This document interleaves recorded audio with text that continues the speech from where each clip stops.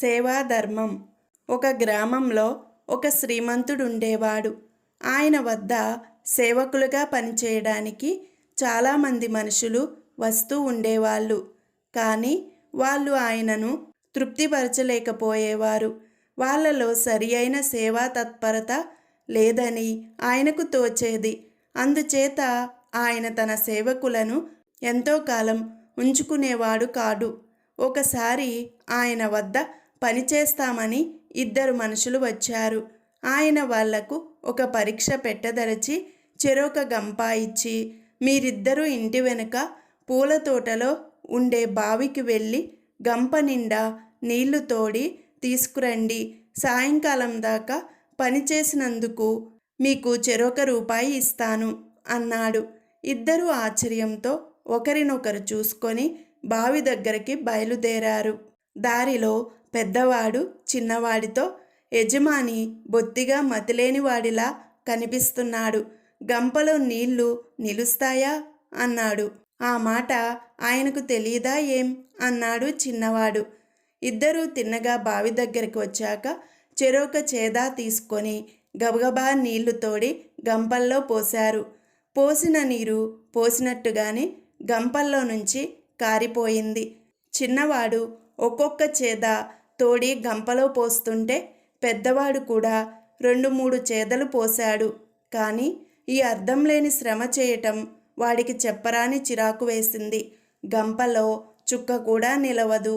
ఈ భాగ్యానికి నేను రెక్కలు విరుచుకోవడం కూడా దేనికి? యజమానిలాగే నీకు కూడా మతిపోతే సాయంకాలం దాకా రెక్కలు హోనం చేసుకో, నా వల్ల కాదు అంటూ పెద్దవాడు పోయి ఒక చెట్టు నీడన కూర్చున్నాడు.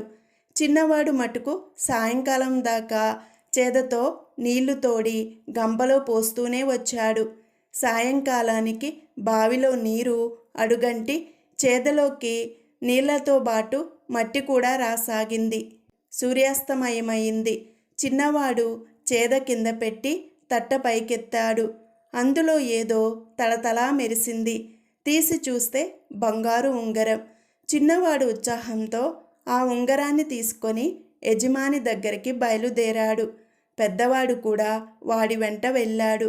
యజమాని చిన్నవాడిచ్చిన ఉంగరం అందుకొని, ఇది దొరుకుతుందనే మీ చేత బావిలో నీళ్ళన్నీ తోడించాను, ఇదిగో నీ కూలి అంటూ చిన్నవాడికి రూపాయి ఇచ్చి పెద్దవాడితో, నువ్వు కూడా పని చేయడానికే వచ్చావనుకున్నానే, 2 బొక్కెనలు తోడి అంతటితో ఆపేశావేం? నీకు జీతం డబ్బుల మీద ఆశ లేదా అన్నాడు. గంపలో నీళ్లు పొయ్యమన్నారు. ఎన్ని చేదలు పోసినా గంప నిండదు కదా అని మానేశాను అన్నాడు పెద్దవాడు పిచ్చి మొహం వేసి. నేను గంప నిండడానికి నీళ్లు పొయ్యమన్నానని ఎందుకనుకున్నావు? చెప్పిన పని చేసి కూలి పుచ్చుకోవడమే నీ వంతు, కానీ ఆ పని ఫలితం నాది కదా. దాన్ని గురించి ఆలోచించవలసిన వాణ్ణి నేనై ఉండగా నీకు బెంగదేనికి? నీలో సేవాధర్మం లేదు, నువ్వు పనికిరావు అని యజమాని వాడికి కాసిన డబ్బులిచ్చి పంపేసి చిన్నవాణ్ణి పనిలో పెట్టుకున్నాడు. వాడు యజమాని మెప్పు సంపాదించేటట్టు చాలా కాలం పనిచేసి బాగుపడి పైకి వచ్చాడు.